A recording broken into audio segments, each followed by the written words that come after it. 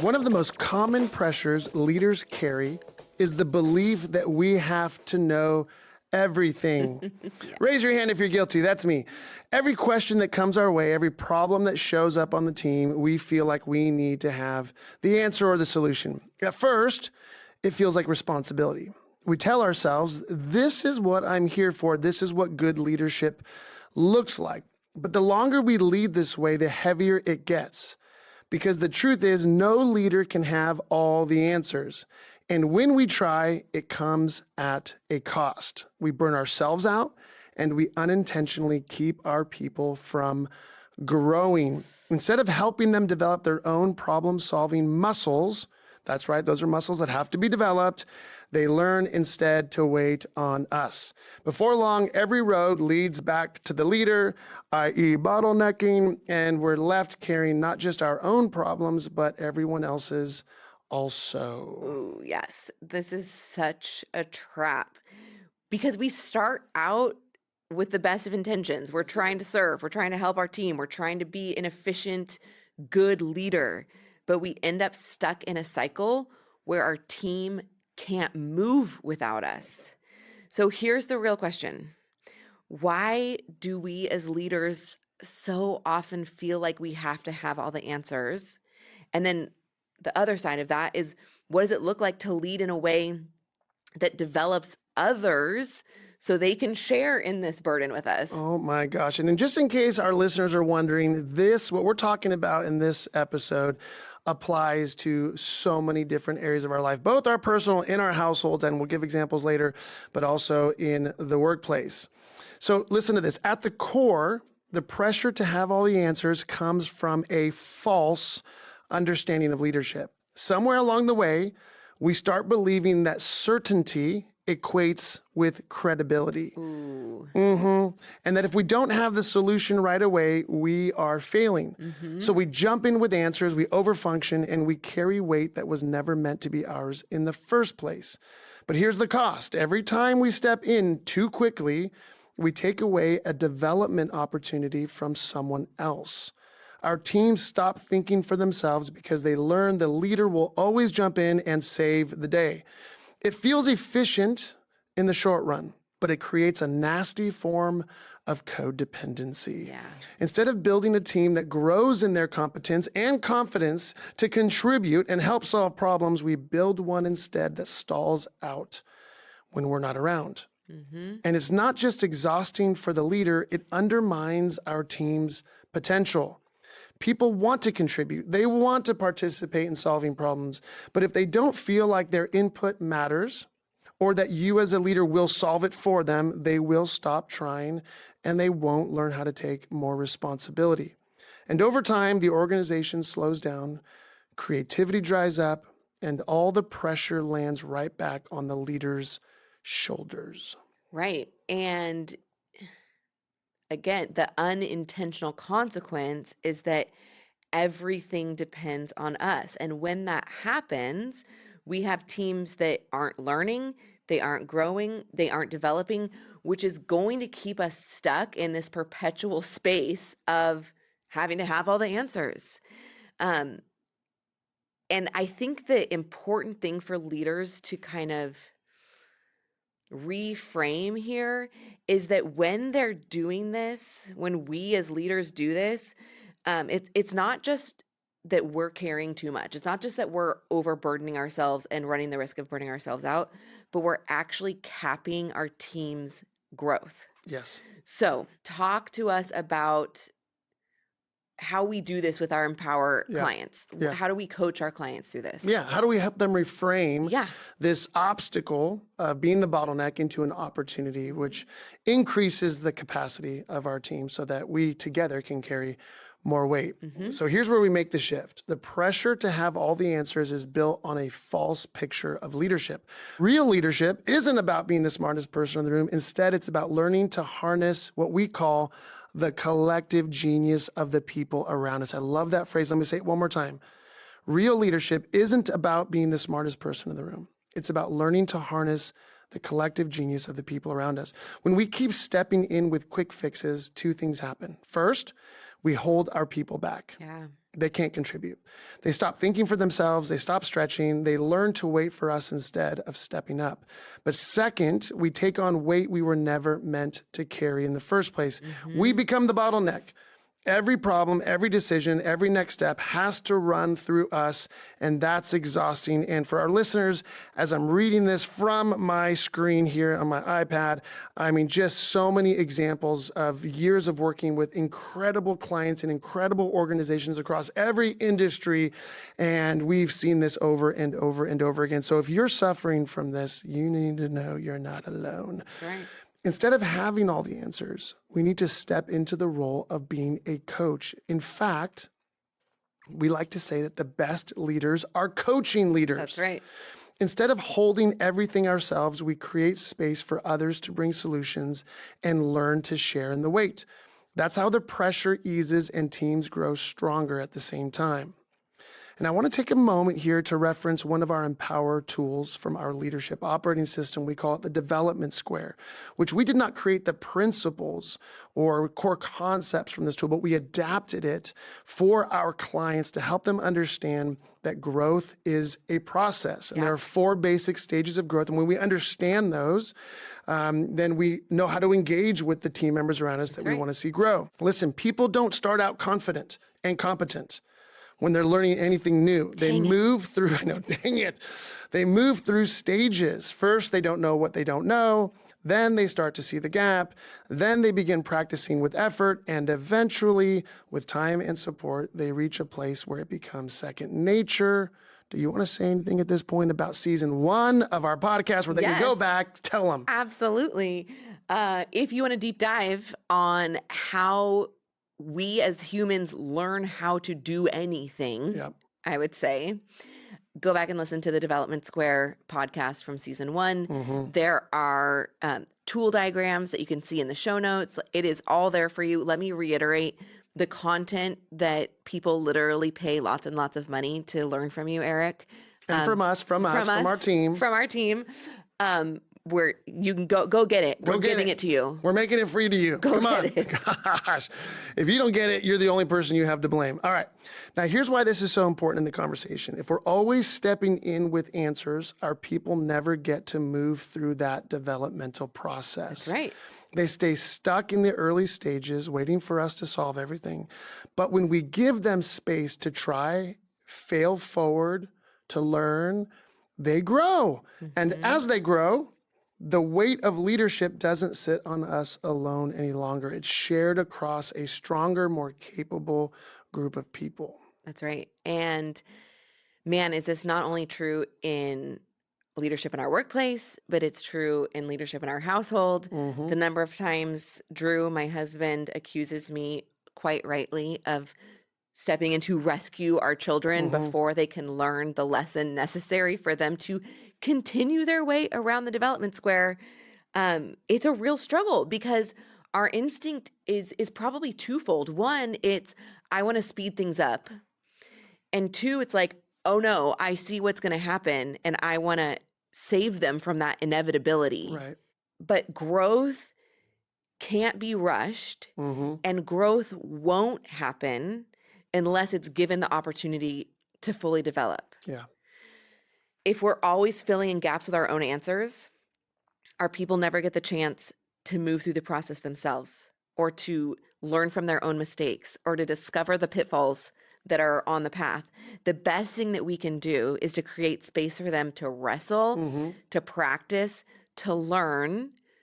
And I know for those of us that are like our chest is tightening up at this reality, yes, it's going to be messy. Yes, it's going to take longer in the moment.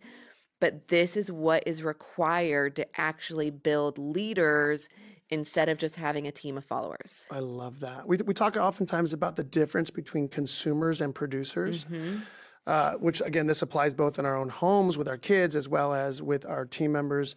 if we're not careful and we're taking the full load of responsibility to solve all problems, then we allow for the people around us to operate as consumers. They just consume our genius, our wisdom, our intelligence, Our time, our energy, right? And we're the only producers. But the goal in part of leadership is to multiply more leaders or producers in our midst who have the ability to bring their genius to the table, who have an opportunity to learn how to solve problems for themselves, of course, with our coaching, with our partnership. But what that does is it actually multiplies our capacity.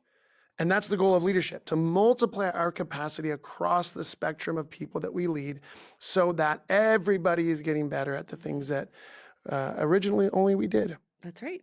So let me just share one story that comes to mind as I think about what this might look like in the workplace. So years ago, I was working with this incredible woman who had at the time, pre-COVID, an in-person workout Fitness studio.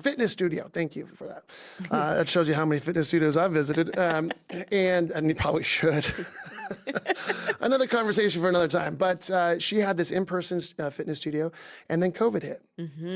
And when they were in person, she ran the classes, and she was amazing. And really, it was all about kind of her reputation and her skill set and her competence. And she was really good at what she did. Her classes were always full, to the point where she really couldn't expand. COVID hits, and she had to transition into an online fitness platform. Yeah. And initially it was amazing. And the demand for what she was providing just, blew up. It was unbelievable to see this. But the problem is, as the audience grew, so did the demand for different types of workouts. Yeah. And not only workouts, but is it yoga? Is it stretching? Is it how do you take care of your body, health and nutrition? So many different requests were coming in. And quite frankly, it was pushing her beyond her capacity.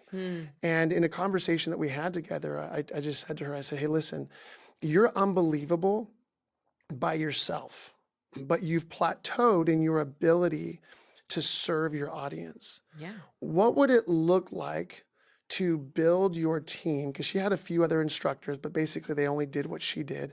What would it look like to invest into your team and multiply what you're able to offer to your audience? She was like, oh my gosh, that sounds scary, because what if and what if? And so she gave it a go. She set a plan in place, and she began to train all of these facilitators in her brand way of delivering, their routines and their content. But what she discovered was that it allowed her to bring in people who had other areas of expertise than her. And suddenly they were able to provide loads of content that was meeting the diverse, growing demands of her audience. Not only did her team grow, but the audience continued to grow. And it continues to this day. She's crushing it. It's an incredible online fitness program. I highly recommend it. I can't disclose it because I'm not going to disclose the details of our clients, but it's unbelievable. I wish I could. Maybe I'll get her permission on the next episode. But it's just a great example of how we as leaders, if we're not careful, we get stuck thinking, I'm the only person who can do this. And when we look around and actually start to ask the big question, which is, how do I multiply myself? We find that not only does our capacity expand, but our reach and our impact. And guess what? Not only did her reach expand, but her bottom line has significantly expanded. Yes. I'm so glad you touched on that, because that was the word that was springing to mind for me, is that she increased her capacity, right? As humans, we have finite amounts of time, energy, resources. And as high functioning humans, we quickly come to the end of our capacity. Or we just think, if I just grew my own capacity a little bit more, I can have greater impact. But when we're trying to grow our own capacity, we're talking incremental, centimeters, inches at a time. That. Incremental, yeah. She figured out a way to exponentially grow her capacity by becoming not the only person that could solve the problem. That's right. That's right. Let's just capture that for our listeners, because that's a great play on these words. We're tempted to stay in a way of operating that at best affords us incremental growth. But as leaders, by becoming coaching leaders and multiplying our ability through others, we begin to experience exponential growth. That's right. That's huge. It is. I think it's something worth our listeners pausing and just reflecting. Where in your life are you settling for incremental growth when you should be fighting for exponential growth? And the trap there is that to get to that exponential growth, there is that initial lift of having to work other people through their developmental process. That's right. Yes, it requires an initial output when in a season where oftentimes we feel like we're at our capacity already.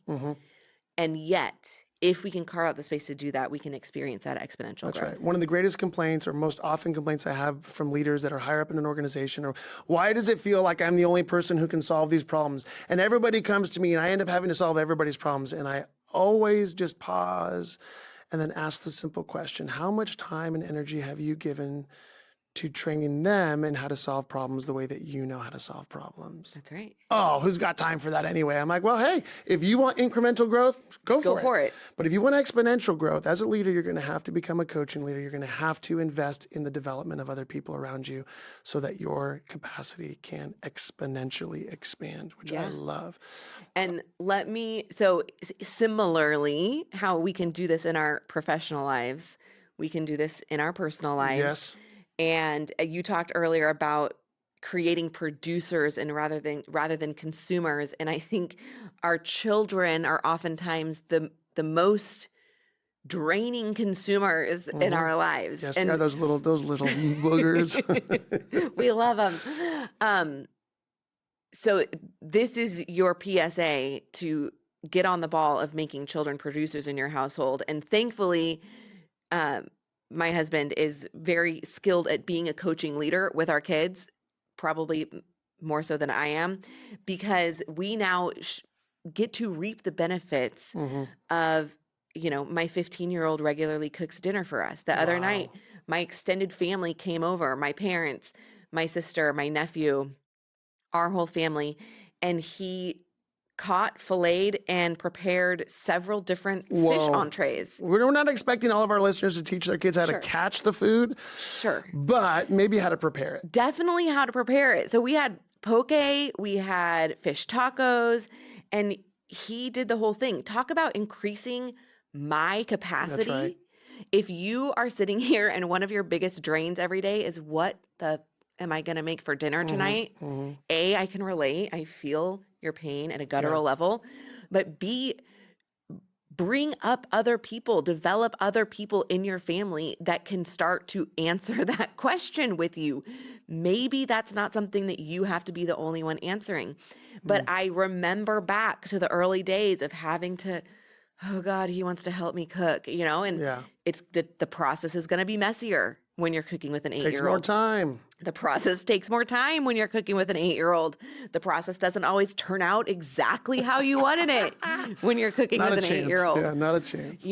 And however, those early investments in his development that came at an initial cost to me in my own time and energy now means that once a week, he cooks dinner for our family. Yeah. Wow. Well, let me jump in and just say this, and I'm saying it as much for myself as for our listeners. This move from incremental growth to exponential growth begins when we as leaders change our mindset and choose to set a different expectation for those that we lead. We move from I'm going to let you be a consumer to I expect you to be a producer. Right. And the movement from consumer to producer requires coaching, investment, training, development. We've already covered that. But I want our listeners to just for a moment pause and reflect on where am I allowing people on my team, in my organization, in my personal life, to operate as consumers, because it's just easier if I just do it versus committing yourself to a different way of leading, which says, I want to fight for exponential growth in our capacity, and therefore I'm going to set a new expectation. You will become a producer in this particular area, which is powerful. And that's a great segue into some practical application for this episode. Let's make this real simple and real quick. I want you as our listeners to think about one area where you tend to step in with answers too quickly, save the day, rescue people, or just do it because it's easier. Maybe it's a recurring problem on your team or a decision you always make by default. And instead of giving the answer next time, try asking some simple questions of these other people. Something like, well, what options do you see? What do you think we should do in this situation? How would you handle this if I wasn't here? I mean, the number of times my wife is like, your son has tried to call you 14 times. And I'm like, oh, I'm in coaching calls all day, sweetheart. I don't know what to tell you. Well, he needs help because he needs an answer to this. And I said, well, he's 17 or 18 and now he's 20. I'm like, he's pretty much an adult. Yeah. So is it not possible that he can't go onto Google or onto ChatGPT and ask them for a potential solution to this problem? Pretend I'm unavailable. Pretend I'm unavailable because I'm not available actually, right? But it's that, my wife is not a hovering parent. No. So I would never want to paint her in that picture, but it's the temptation to feel like we have to be available and ready and willing to solve people's problems whenever they come to us. Listen. And I would just tell people that's not leadership. That's called enablement, and it leads to codependence. Again, I'm going to get on my high horse. This is another episode for another time, but beware of operating in that way, because what we do is we just create a culture of consumers. And that is in part one of the greatest deficiencies in our culture is generations growing up waiting for everybody else to do things for them. That's right. That hurts for me to say that. It does. And it should be convicting, frankly, for any of those of us out here who are raising kids right now, that we would be intentionally raising producers in this world, people who know how to solve their own problems, who can find the answers. And it does require us to be building these leaders. That's right. Well, let's just have a little personal moment here, Dawn. In light of what we're talking about, I just want to declare here in front of our audience across the world that your days of consuming in this team are over. I knew I was not going to like what was about to come out of your dumb mouth. I know, it's a dumb mouth. I'm sorry. I'm joking. Dawn is an incredible producer. That's why she's on my team, because I don't let people stay consumers. It is the bane of my own existence. All right, let's continue on with what we want to talk about. Let me add this note, because for those of us that are kind of trying to move in this direction, and I will say, I think as moms, like this is an area we struggle in. I'm just going to be honest. The key is that we have to let them struggle a little bit. We have to get comfortable with letting them struggle. When we ask that question, what would you do if I wasn't here? Yeah. We have to let the silence linger for a little bit. Let them think, let them wrestle. Let them think, exactly. I love that. Even stumble a little bit, because that is what's going to get them moving forward. And we get uncomfortable in that space, but we have to kind of do that into that pre-work of okay, I'm going to provide the space to let them be uncomfortable, because guess what? Yeah. Growth is not comfortable. That's right. That's right. And well, let me just add this little note that for a lot of organizations, the solution to the kind of constant popping up of different problems is we think that we can just solve everything through SOPs, standard operating procedures, right? We know this language. And SOPs are powerful and important because they're a framework, a guideline. But what I tell people is they should be a starting point for people when we're trying to solve problems. We actually have to train people on our teams in the skill and the art of tackling problems in a way that allows them to think through them well, to harness what we've talked about before, the collective genius of people around them, to do the dirty work of being resilient and having the resolve to say, I'm going to figure this out, and I'm not going to settle until it's fulfilled. Listen, leadership gets easier, not because the problems go away, but because we stop having to solve all of them ourselves. The more that we create space for others to grow and develop, the more the weight gets shared across our team. That's right. Listen, to our beautiful listeners, if this conversation has resonated with you, please share it with another leader who might be carrying the weight of having to know everything and solve every problem. Let's start building a culture across our beautiful country, from incremental to exponential growth, from consumers to producers. That's right. And don't forget, we would really appreciate it if you subscribe and leave us a review. It helps more leaders find these tools, join these conversations. And if you have been here and you are looking for more, A deeper dive. we are starting monthly virtual masterminds where we will go deep into some of these tools and topics. So if you're interested, head over to mpwrcoaching.com/masterminds to sign up for the next one. And next week, I'm excited. We're talking about why leaders avoid accountability, guilty, and what it really costs us when we do. I'll have tons of my own personal stories, and I promise you're not going to want to miss this one. Until next time.